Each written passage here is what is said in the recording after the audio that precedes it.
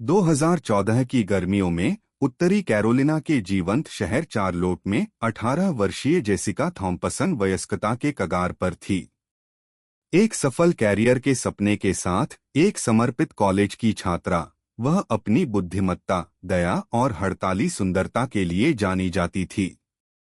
जीवन हमेशा जेसिका के लिए दयालु नहीं था। उसने अपने माता पिता को एक दुखद कार दुर्घटना में खो दिया जब वह सिर्फ 3 साल की थी। दुर्घटना ने उसे तत्काल परिवार के साथ नहीं छोड़ा। उसकी दादी के लिए बचा, एलेनोर ब्रुक्स, जिसने अभिभावक और पोषण की भूमिका निभाई। एलेनोर ब्रुक्स अब 65, एक लचीला महिला थी जिसने अपने जीवनकाल में कई तूफानों का सामना किया था। वह कम उम्र में विधवा हो गई थी और उसने जेसिका को अकेले ही पाला था, अपना सारा प्यार और ध्यान अपनी पोती में डाला। एलेनोर को अपने समुदाय में एक दयालु और उदार महिला के रूप में अच्छी तरह से माना जाता था। वह चार्लोट के एक शांत उपनगरीय पड़ोस में एक बड़े, सुव्यवस्थित घर में रहती थी। घर अपने विशाल कमरों और सावधानी से बने बगीचों के साथ जेसिका के लिए स्थिरता और आराम का प्रतीक था, जो तब तक वहां रहती थी जब तक वह याद रख सकती थी। दादी और पोती के बीच का बंधन मजबूत था, जो आपसी निर्भरता और स्नेह के वर्षों पर बना था।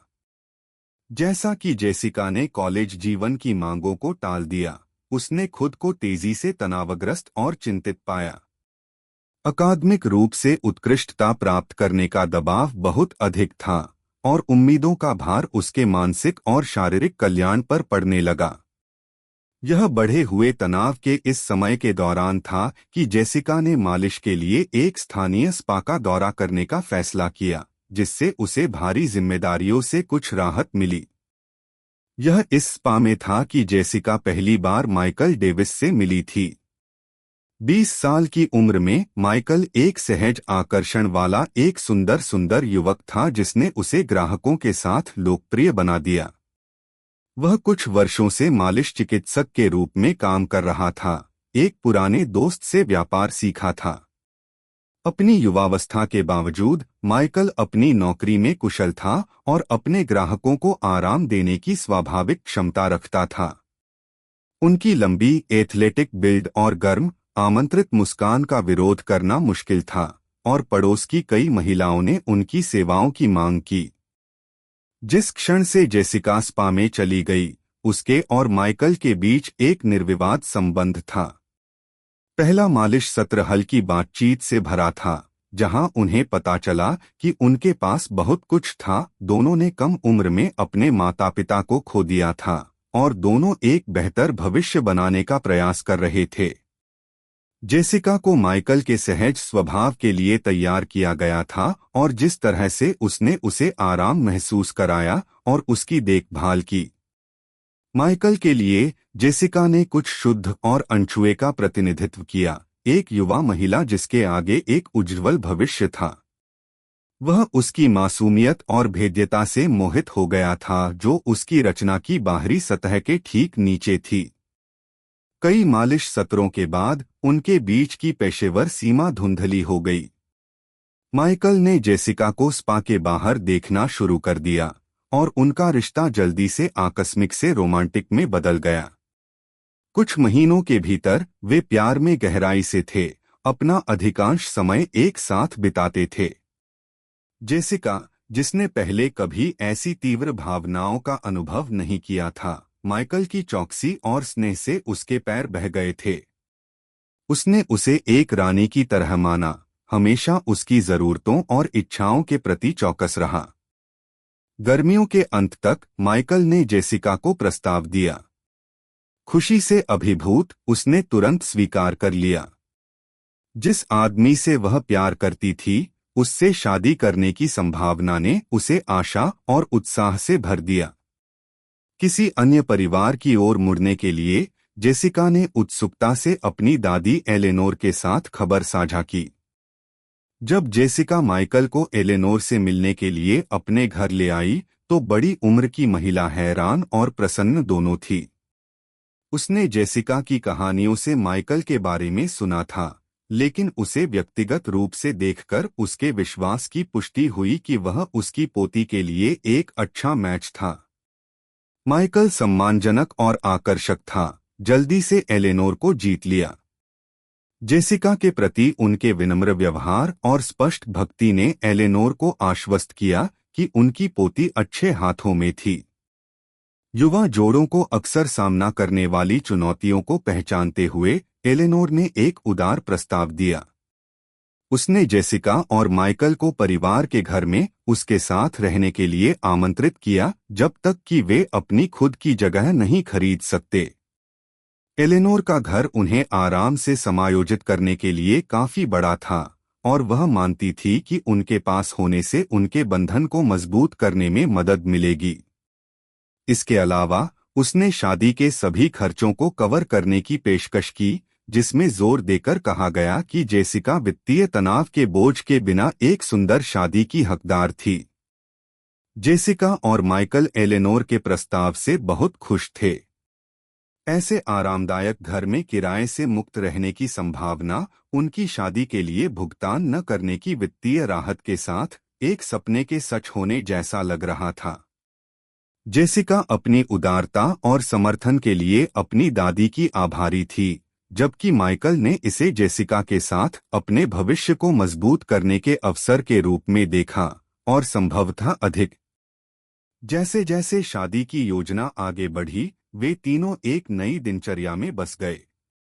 एलेनोर ने संरक्षक और मार्गदर्शक की भूमिका निभाई, जेसिका को शादी की तैयारियों में मदद की और विवाहित जीवन पर सलाह दी। इस बीच माइकल ने खुद को घर पर बनाया, एलेनोर को बेहतर तरीके से जाना और धीरे धीरे खुद को घर में एकीकृत किया। जैसा कि 2014 की गर्मियों में शुरुआती शरद ऋतु में संक्रमण हुआ, जेसिका थॉम्पसन और माइकल डेविस के लिए शादी की तैयारी जोरों पर थी। उत्तरी कैरोलिना के चार्लोट में छोटा घर उत्साह से गूंज उठा। जेसिका की 65 वर्षीय दादी एलेनोर ब्रूक्स ने योजना की बागडोर संभाली थी। अपनी पोती को वह शादी देने के लिए दृढ़ संकल्पित थी जिसकी वह हकदार थी। माइकल अब 2 महिलाओं के साथ रह रहे थे। इन तैयारियों में लगातार उपस्थिति थी। उनका आकर्षण और आसान स्वभाव उन्हें परिवार के गतिशील का एक अभिन्न अंग बना रहा था। यह उनके नियमित रात्रिभोज में से एक के दौरान था कि इस प्रतीत होता है कि सही व्यवस्था में पहली दरार दिखाई दी। शाम किसी भी अन्य की तरह थी। जेसिका, एलेनोर और माइकल डिनर टेबल के चारों ओर बैठे थे, नवीनतम शादी के विवरण पर चर्चा कर रहे थे। लेकिन माइकल कभी चौकस ने देखा कि एलेनोर असामान्य रूप से कठोर लग रहा था। उसकी चाल धीमी थी और उसका चेहरा कभी कभी दर्द में बदल जाता था। चिंतित उसने पूछा कि क्या वह सब ठीक महसूस कर रही थी। एलेनोर ने अपनी बेचैनी को कम करने की कोशिश करते हुए स्वीकार किया कि उसकी पीठ उसे कुछ हफ्तों से परेशान कर रही थी। दर्द, उसने समझाया, उम्र और वर्षों की कड़ी मेहनत का परिणाम था, एक सामयिक उपद्रव से ज्यादा कुछ नहीं। हालांकि मालिश चिकित्सा की कला में प्रशिक्षित माइकल ने मदद करने की पेशकश की। उन्होंने एक चिकित्सीय मालिश का सुझाव दिया, कुछ ऐसा जो उन्होंने अक्सर इसी तरह के मुद्दों से पीड़ित ग्राहकों के लिए किया था। एलेनोर हिचकिचाया लेकिन अंततः सहमत हो गया। उसकी चिंता और राहत की संभावना से छुआ। उस रात जेसिका के बिस्तर पर जाने के बाद माइकल ने एलेनोर को वादा की गई मालिश देने के लिए तैयार किया। उन्होंने लिविंग रूम में स्थापित किया। वातावरण आकस्मिक, अभी तक कुछ अनिर्दिष्ट के एक अंतर्धारा के साथ झुका हुआ है। जैसे ही एलेनोर सोफे पर लेट गया, माइकल के हाथ उसकी तनावपूर्ण मांसपेशियों पर काम करने लगे। उसका स्पर्श पेशेवर अभी तक कोमल है। सबसे पहले यह केवल एक चिकित्सीय सत्र था। माइकल ने अपने दर्द को कम करने पर ध्यान केंद्रित किया और एलेनोर ने अपने कुशल हाथों के नीचे आराम किया। लेकिन जैसे ही मालिश जारी रही, कुछ बदल गया। एलेनोर, जो अपने पति की मृत्यु के बाद से रोमांटिक या शारीरिक अंतरंगता से रहित जीवन जीती थी, ने खुद को माइकल के स्पर्श का जवाब उन तरीकों से दिया जो उसने अनुमान नहीं लगाया था। उसके हाथों की गर्मी, उसके आंदोलनों में देखभाल और एक युवा आकर्षक आदमी की निकटता ने भावनाओं को उभारा जो उसने लंबे समय से दफन किया था। जैसे जैसे उसका दर्द कम होता गया, उसे माइकल की उपस्थिति, उसकी मर्दानगी और उनकी स्थिति के निषिद्ध आकर्षण के बारे में बढ़ती जागरूकता से बदल दिया गया। एलेनोर का दिमाग दौड़ गया। वह जानती थी कि यह गलत है, जानती थी कि वह खतरनाक जमीन पर चल रही है। फिर भी वह खुद को रोक नहीं पाई। वर्षों से उसने जो अकेलापन महसूस किया था, बुढ़ापे का अलगाव, यह सब इस क्षण में एकाग्र हो रहा था। उनके रिश्ते की सीमाएं धुंधली हो गईं, और इससे पहले कि वह पूरी तरह से समझ पाती कि क्या हो रहा है, एलेनोर ने एक रेखा पार कर ली। उसने एक अंतरंग मुठभेड़ शुरू की, उसके हाथ माइकल तक पहुंच गए, उसे करीब खींच लिया। उसके आश्चर्य के लिए माइकल ने दूर नहीं किया। इसके बजाय उन्होंने समान तीव्रता के साथ जवाब दिया। शायद यह एक मालिश करने वाले के रूप में महिलाओं की कमजोरियों से निपटने का वर्ष था, या शायद यह एहसास था कि यह धनी वृद्ध महिला उसे रहने के लिए सिर्फ एक जगह से अधिक की पेशकश कर सकती है। कारण जो भी हो, माइकल ने खुद को एलेनोर के लिए तैयार पाया। उनके पारस्परिक आकर्षण ने जेसिका के प्रति नैतिकता या वफादारी की किसी भी भावना को अभिभूत कर दिया। रात ने एक गुप्त संबंध की शुरुआत को चिह्नित किया। जबकि जेसिका ने दिन के दौरान कॉलेज की कक्षाओं में भाग लिया, एलेनोर और माइकल घर की गोपनीयता में मिलेंगे। उनके मुकाबले अक्सर होते थे और एक जुनून से भरे होते थे जिसकी न तो उम्मीद थी। एलेनोर हालांकि अपनी प्यारी पोती को धोखा देने के लिए अपराधबोध से ग्रस्त थी, लेकिन वह खुद को इस मामले को खत्म करने के लिए नहीं ला सकी। हर बार जब वह रुकने का संकल्प लेती थी, तो उसके खाली जीवन का अकेलापन वापस माइकल की बाहों में धकेल देता था। माइकल के लिए चक्कर शुरू में इच्छा और अवसरवाद के मिश्रण से प्रेरित था। वह जानता था कि एलेनोर अमीर था और उसके साथ रहने से भविष्य सुरक्षित हो सकता है कि अकेले जेसिका से शादी न हो। फिर भी जैसे जैसे समय बीतता गया, कुछ बदल गया। प्रारंभिक गणना ने वास्तविक स्नेह का मार्ग प्रशस्त किया, और उसने खुद को न केवल अपने पैसे के लिए बल्कि उसके द्वारा प्रदान किए गए साहचर्य और संबंध के लिए एलेनोर के लिए तेजी से आकर्षित पाया। एलेनोर में उसने न केवल एक प्रेमी को देखा, बल्कि एक साथी जो उसे अपने युवा आदर्शवाद के साथ जेसिका के तरीकों से समझ सकता था। वह नहीं कर सका। वफादारी और विश्वासघात, प्यार और वासना के बीच एक बार स्पष्ट रेखाएं तेजी से धुंधली हो गईं। एलेनोर का आंतरिक संघर्ष गहरा गया। वह जानती थी कि वह जेसिका को धोखा दे रही है, एक व्यक्ति जो हमेशा उसके साथ खड़ा था। उसने माइकल के साथ कई बार चीजों को समाप्त करने का प्रयास किया, हर बार अपनी पोती की खातिर सही काम करने का संकल्प लिया। लेकिन हर बार जब उसने कोशिश की तो भावनाओं ने उसे अभिभूत कर दिया, और उसने खुद को उस युवक की बाहों में वापस पाया जो उसकी दुनिया का केंद्र बन गया था। माइकल के लिए वह अपने स्वयं के बनाने के एक वेब में पकड़ा गया था। वह जानता था कि एलेनोर के लिए उसकी भावनाएं वास्तविक थीं, कि वह अब जेसिका से शादी नहीं करना चाहता था। लेकिन वह यह भी जानता था कि सगाई को तोड़ने से सवाल उठेंगे, संभावित रूप से चक्कर को उजागर करेंगे और सब कुछ बर्बाद कर देंगे। दो महिलाओं के बीच फटे, माइकल ने बदलना शुरू कर दिया। उनका एक बार आकर्षक व्यवहार एक अधिक दूर और विवादित व्यक्तित्व को रास्ता दे रहा था। जेसिका कभी बोधगम्य इन परिवर्तनों को देखा। माइकल अब चौकस और प्यार करने वाला मंगेतर नहीं था जो वह एक बार था। वह अक्सर व्यस्त था, विचलित था, और उसके प्रति उसका शारीरिक स्नेह कम हो गया था। जेसिका ने अपने बढ़ते संदेह को खारिज करने की कोशिश की, उन्हें शादी की योजना के तनाव के लिए जिम्मेदार ठहराया। लेकिन गहराई से वह जानती थी कि कुछ गलत था। अक्टूबर 2014 के कुरकुरा शरद ऋतु के दिनों के रूप में शेरलोट, उत्तरी कैरोलिना में सामने आया। जेसिका थॉम्पसन और माइकल डेविस के रिश्ते में दरारें अनदेखा करना असंभव हो गया। एक बवंडर रोमांस के रूप में शुरू हुआ था जो अब एक दूर की स्मृति की तरह महसूस किया गया था, और उनके बीच एक बार स्पष्ट संबंध ठंडा और तनावपूर्ण हो गया था। असंतोष के सूक्ष्म संकेत, जिसे जेसिका ने शुरू में शादी के तनाव के रूप में ब्रश किया था, हर गुजरते दिन के साथ और अधिक स्पष्ट हो गया। माइकल आचरण बदल गया था। गर्मी और स्नेह, वह एक बार उस पर बौछार सभी लेकिन गायब हो गई थी। आशा और सपनों से भरी 18 वर्षीय कॉलेज की छात्रा जेसिका अब चिंता और आत्मसंदेह से भरी हुई थी।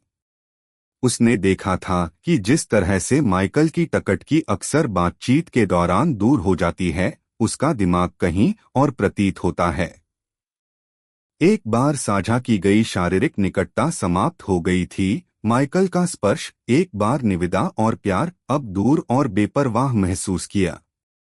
उनके एक बार भावुक शाम को अब माइकल से बहुत थके हुए या काम से तनावग्रस्त होने के बारे में अजीब चुप्पी और बहाने से बदल दिया गया था। सबसे पहले जेसिका ने बदलाव को तर्कसंगत बनाने की कोशिश की। उसने खुद को आश्वस्त किया कि शादी की योजना और वयस्क जीवन की जिम्मेदारियों का तनाव माइकल पर भारी पड़ रहा है। लेकिन जैसे जैसे दिन हफ्तों में बदलते गए, उसकी तर्कसंगता उखड़ने लगी। जिस अंतरंगता का उन्होंने कभी आनंद लिया था, वह अब लगभग कोई नहीं थी। माइकल, एक 20 वर्षीय मालिश चिकित्सक जो इतना चौकस और देखभाल कर रहा था, अब एक ही छत के नीचे रहने वाले अजनबी की तरह लग रहा था। अक्टूबर के मध्य में एक शाम मोड़ आया जब जेसिका, यह समझने के लिए बेताब थी कि क्या हो रहा है, माइकल का सामना किया। हवा में तनाव मोटा था क्योंकि उसने विषय को उकसाया था। उसकी आवाज डर और हताशा के मिश्रण से कांप रही थी। उसने उससे पूछा कि क्या कोई और है, अगर वह दूसरी महिला को देख रहा है। माइकल उसके सवाल की सादगी से गार्ड से पकड़ा। झिझक सभी जेसिका को उसके सबसे बुरे डर की पुष्टि करने की आवश्यकता थी। उनका तर्क तेजी से बढ़ा, भावनाएं दोनों पक्षों में उच्च चल रही थीं। माइकल अपराधबोध से अभिभूत और अभिभूत महसूस करते हुए आखिरकार स्वीकार किया कि वह अब अपने रिश्ते को जारी नहीं रख सकता। उसने अपने विश्वासघात की पूरी सीमा का खुलासा नहीं किया, जेसिका की अपनी दादी एलेनोर ब्रूक्स के साथ उसका संबंध, लेकिन उसने यह स्पष्ट कर दिया कि वह अब उससे शादी नहीं करना चाहती थी। उसकी आवाज ठंडी थी, लगभग अलग हो गई, क्योंकि उसने उसे बताया कि यह खत्म हो गया है। जेसिका तबाह हो गई थी। उसकी दुनिया, जो एक बच्चे के रूप में अपने माता पिता को खोने के सुस्त दर्द के कारण पहले से ही नाजुक थी, दुर्घटनाग्रस्त हो गई। वह समझ नहीं पा रही थी कि माइकल उसे क्यों छोड़ रहा था, और स्पष्ट स्पष्टीकरण की कमी ने केवल उसके भ्रम और चोट को गहरा कर दिया। उस रात उसने खुद को अपने कमरे में बंद कर लिया। उसका दिल चकनाचूर हो गया क्योंकि वह अनियंत्रित रूप से डूब गई थी। विश्वासघात के कड़वे स्वाद और अस्वीकृति के डंक के साथ आंसू स्वतंत्र रूप से बहते थे। उसकी निराशा के बीच जेसिका के विचार एलेनोर में बदल गए। उसने हमेशा अपनी दादी को ताकत और ज्ञान के स्तंभ के रूप में देखा था, जिसने उसे अटूट प्रेम के साथ जीवन की चुनौतियों के माध्यम से निर्देशित किया था।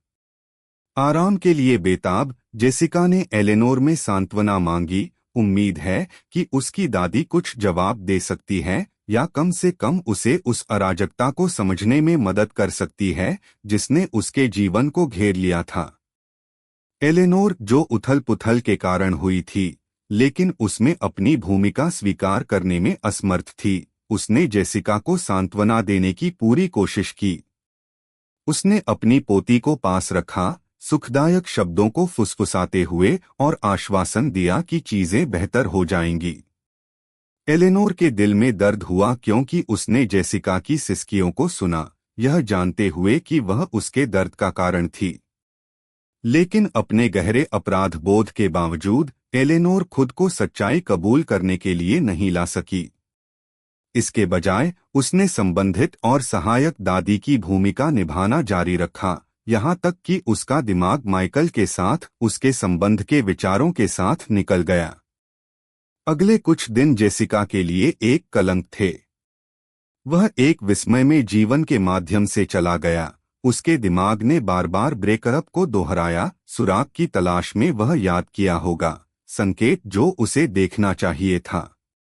वह समझ नहीं पा रही थी कि सब कुछ इतनी जल्दी कैसे टूट गया था। जिस आदमी से वह प्यार करती थी वह उसकी मुट्ठी से कैसे फिसल गया था। माइकल के जाने से बचा हुआ शून्य असहनीय था, और यहाँ तक कि एलेनोर की आरामदायक उपस्थिति भी इसे भर नहीं सकती थी। जैसा कि जेसिका अपने दिल टूटने से जूझ रही थी, माइकल अपनी परस्पर विरोधी भावनाओं से जूझ रहा था। एलेनोर के साथ उनका संबंध, जो उनके भविष्य को सुरक्षित करने के लिए एक परिकलित कदम के रूप में शुरू हुआ था, कुछ अधिक जटिल में विकसित हुआ था। वह वास्तव में एलेनोर के लिए गिर गया था, और उनके संबंध की तीव्रता ने उसे जेसिका के साथ अपनी सगाई जारी रखने में असमर्थ छोड़ दिया था। लेकिन जेसिका को धोखा देने का अपराध और शर्म उस पर भारी पड़ी, यहाँ तक कि उसने खुद को समझाने की कोशिश की कि एलेनोर के लिए उसकी भावनाओं ने उसके कार्यों को सही ठहराया। एलेनोर के लिए अपने बढ़ते प्यार के बावजूद माइकल ने अपने द्वारा किए गए कार्यों की वास्तविकता से खुद को तेजी से प्रेतवाधित पाया। वह जानता था कि सगाई को तोड़ना सही काम था, लेकिन जिस तरह से उसने इसे किया था, अचानक स्पष्टीकरण के बिना, केवल जेसिका और खुद दोनों पर भावनात्मक टोल में जोड़ा गया। उन तीनों के बीच तनाव हालांकि अनिर्दिष्ट था। जेसिका के दिल टूटने, एलेनोर के अपराध और माइकल की विवादित भावनाओं ने एक बार खुश घर में एक जहरीला वातावरण बनाया। उनके जीवन का खुलासा शुरू हो गया था, और उनके कार्यों के परिणाम उन तरीकों से प्रकट होने वाले थे जिनमें से कोई भी अनुमान नहीं लगा सकता था। विश्वासघात एक बार छाया में छिपा हुआ था, धीरे धीरे प्रकाश में आ रहा था, घटनाओं की एक दुखद श्रृंखला के लिए मंच की स्थापना कर रहा था जो किसी को भी पूरा नहीं करेगा। नवंबर 2014 के अंत में उत्तरी कैरोलिना के चार्लोट की सर्द हवाओं ने जेसिका थॉम्पसन के भीतर उथल-पुथल को शांत करने के लिए बहुत कम किया। उसकी टूटी हुई सगाई के बाद के सप्ताह भ्रम और दिल के दर्द से भरे हुए थे, लेकिन अब आशा की एक किरण थी, वह गर्भवती थी। रविवार की सुबह, एक शांत सुबह के शुरुआती घंटों में की गई खोज ने उसके माध्यम से मिश्रित भावनाओं की लहर भेजी। परीक्षण पर छोटा प्लस साइन एक जीवन रेखा की तरह महसूस किया, उसके जीवन के टूटे हुए टुकड़ों को सुधारने का मौका। जेसिका ने अपने पूरे दिल से विश्वास किया कि यह खबर माइकल को उसके पास वापस लाएगी, कि यह उस प्यार को राज करेगी जो उन्होंने एक बार साझा किया था। अगले कुछ दिनों में जेसिका ने माइकल से संपर्क करने के कई प्रयास किए। प्रत्येक कॉल अनुत्तरित थी और प्रत्येक पाठ अपठित हो गया। वह चुप्पी की दीवार से मिली थी जिसने केवल उसकी चिंता और भय को गहरा किया था। जेसिका समझ नहीं पा रही थी कि वह उससे क्यों बच रही थी। क्या वह यह जानने के लायक नहीं थी कि वह पिता बनने जा रही है? उसने खुद को आश्वस्त किया कि माइकल बस अभिभूत था, कि उसे सब कुछ संसाधित करने के लिए समय चाहिए। लेकिन गहराई से एक सता संदेह जड़ लेने लगा। 28 नवंबर की सुबह जेसिका विशेष रूप से अस्वस्थ महसूस कर रही थी। मतली जो वह दिनों से जूझ रही थी, सामान्य से भी बदतर थी। अपनी कक्षाओं को याद नहीं करने का दृढ़ संकल्प उसने खुद को कपड़े पहनने और विश्वविद्यालय जाने के लिए मजबूर किया। हालांकि उसके सुबह के व्याख्यान के आधे रास्ते में बीमारी असहनीय हो गई। जेसिका ने कक्षा से खुद को माफ कर लिया। मुश्किल से बाथरूम में जाने से पहले वह फिर से बीमार हो गई। एपिसोड ने उसे सूखा छोड़ दिया और उसने फैसला किया कि घर और आराम करना सबसे अच्छा है। जैसा कि उसने अपनी दादी के साथ साझा किए गए मामूली 2 मंजिला घर से संपर्क किया, जेसिका का पेट बदल गया, हालांकि इस बार मतली से नहीं। उसने देखा कि एक परिचित व्यक्ति सामने के दरवाजे से बाहर निकल रहा है, माइकल। उसने एक टैक्सी को खींचने से पहले घबराहट से चारों ओर देखा, जो अभी अभी खींची गई थी। जेसिका का दिल दौड़ गया क्योंकि उसने उसे कार में चढ़ते और ड्राइव करते देखा। माइकल यहाँ क्या कर रहा था? क्या वह अपनी दादी से बात करने आया था? विचार ने उसे एक सतर्क आशावाद से भर दिया। शायद वह संशोधन करने आया था। जेसिका ने हर कदम के साथ उत्साह निर्माण के अंदर जल्दबाजी की। वह एलेनोर को अपनी गर्भावस्था के बारे में बताने और अपनी आशा साझा करने के लिए उत्सुक थी कि माइकल जल्द ही उनके जीवन में वापस आ जाएगा। घर में प्रवेश करते ही उसने अपनी दादी को बुलाया, लेकिन कोई जवाब नहीं मिला। चुप्पी मोटी परेशान था। जब वह एलेनोर के बेडरूम के दरवाजे पर पहुंची तो जेसिका एक पल के लिए झिझकी। कुछ महसूस किया, एक ठंडी ठंड उसकी रीढ़ को रेंगती है। उसने दरवाजा खोला और अंदर कदम रखा।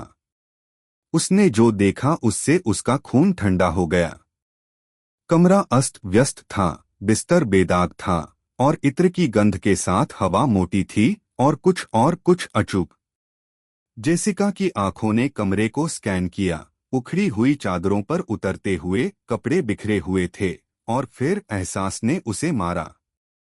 उसके सामने के दृश्य की अंतरंगता, हाल ही में एक प्रयास का अचूक सबूत, चेहरे पर एक थप्पड़ की तरह था। जेसिका को यह सब एक साथ करने में केवल कुछ सेकंड लगे। माइकल उसके साथ सामंजस्य स्थापित करने नहीं आया था, वह एलेनोर के साथ था। जेसिका की दुनिया एक पल में टूट गई। विश्वासघात को समझने के लिए बहुत अधिक था। उसकी अपनी दादी, जिस महिला ने उसे पाला था, जो उसका एकमात्र परिवार था, वह कुछ इतना राक्षसी कैसे कर सकती थी? और माइकल, वह आदमी जिसे वह प्यार करती थी, अपने अजन्मे बच्चे का पिता, वह इतना नीचे कैसे डूब सकता था? जैसे ही रहस्योद्घाटन का वजन नीचे गिर गया, कमरा उसके चारों ओर घूम गया। एक अंधे रोश में जेसिका बेडरूम से बाहर निकल गई और दालान के नीचे उसके मन में क्रोध और अविश्वास का बवंडर था। उसने रसोई में एलेनोर को पाया, शांति से खुद को एक कप चाय बना रही थी, जैसे कि कुछ भी नहीं हुआ था। जेसिका के हाथ गुस्से से कांप गए क्योंकि उसने अपनी दादी का सामना किया। उसकी आवाज रोष और दिल टूटने के मिश्रण से कांप रही थी। उसने जवाब मांगा, लेकिन एलेनोर ने गार्ड को पकड़ लिया, शब्दों को खोजने के लिए संघर्ष किया। वृद्ध महिला का अपराध उसके चेहरे पर लिखा गया था, जो जेसिका को पहले से ही पता था कि सब कुछ पुष्टि करता है। इसके बाद जो तर्क दिया गया वह गर्म था, आरोपों और खंडन के साथ हवा मोटी थी। जेसिका की भावनाएं एक अस्थिर मिश्रण थीं, क्रोध, विश्वासघात, दुख, यह सब उबला हुआ था क्योंकि वह एलेनोर पर भड़क गई थी। टकराव अपने चरम पर पहुंच गया जब जेसिका ने अपने गुस्से से भस्म होकर एलेनोर को अनियंत्रित गुस्से में डाल दिया। एलेनोर अचानक बल के लिए तैयार नहीं, पीछे की ओर ठोकर खाई।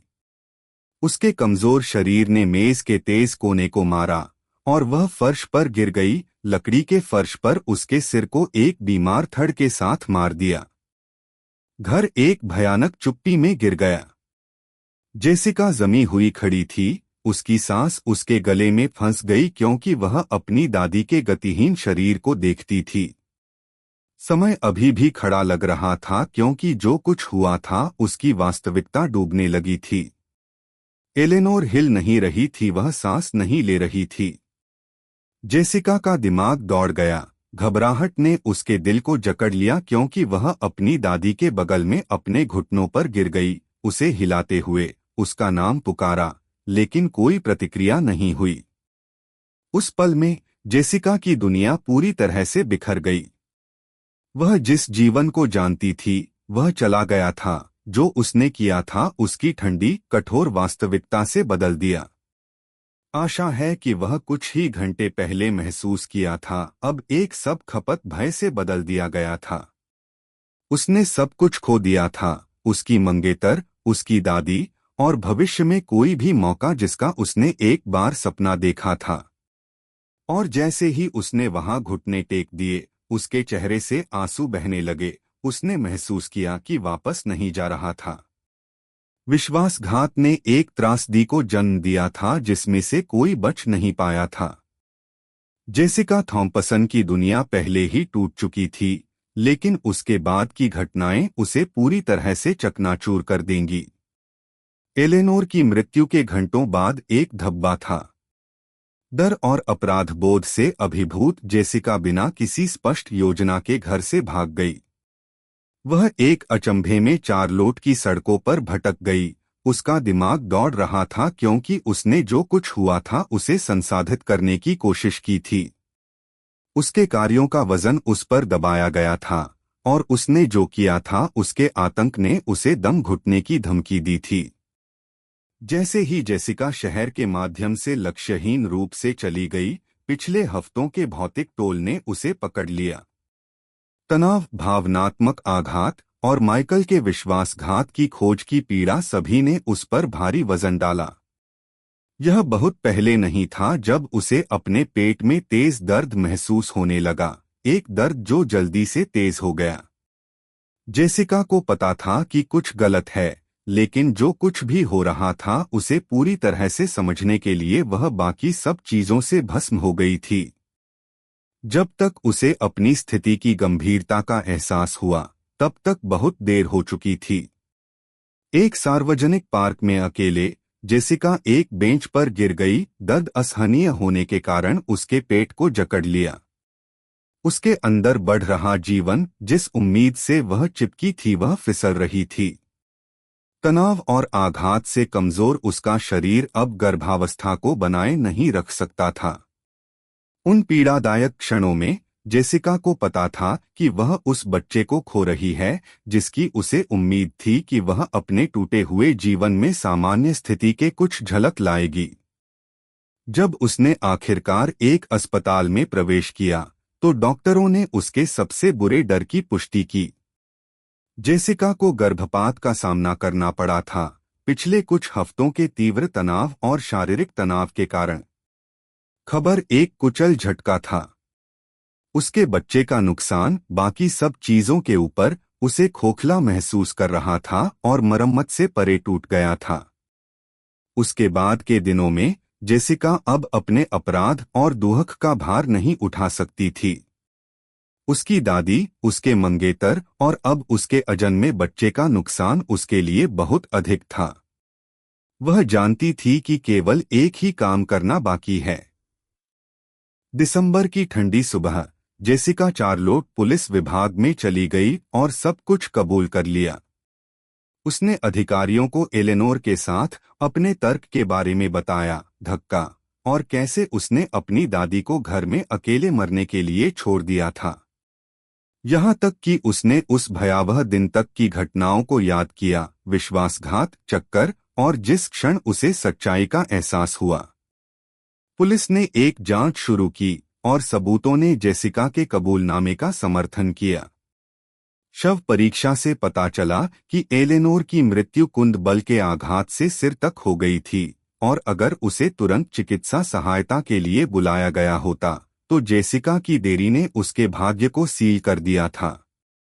जेसिका पर अनैच्छिक हत्या का आरोप लगाया गया था। इसके बाद का परीक्षण संक्षिप्त था लेकिन भावनात्मक रूप से आरोपित था। अभियोजन पक्ष ने तथ्यों को प्रस्तुत किया। जेसिका ने गुस्से के क्षण में एलेनोर को धक्का दिया था जिससे वह गिर गई और एक घातक चोट लगी। बचाव पक्ष ने तर्क दिया कि जेसिका अत्यधिक भावनात्मक संकट में थी, हाल ही में उसकी गर्भावस्था और उसके बाद के गर्भपात की खोज के कारण। उन्होंने एक युवा महिला की तस्वीर चित्रित की जिसने सब कुछ खो दिया था और हताशा से बाहर काम किया था, द्वेष नहीं। अंत में जूरी ने जेसिका को अनैच्छिक हत्या का दोषी पाया। न्यायाधीश ने उसकी कम उम्र, घटना के लिए अग्रणी दर्दनाक घटनाओं और उसके वास्तविक पश्चाताप को ध्यान में रखते हुए उसे 3 साल बाद पैरोल की संभावना के साथ 5 साल जेल की सजा सुनाई। सजा एक दया थी, लेकिन जेसिका ने अपने जीवन के बाकी हिस्सों के लिए बोझ को कम करने के लिए बहुत कम किया। जैसा कि उसे हथकड़ी में ले जाया गया था, जेसिका को पता था कि वह सिर्फ अपनी स्वतंत्रता से कहीं अधिक खो चुकी है।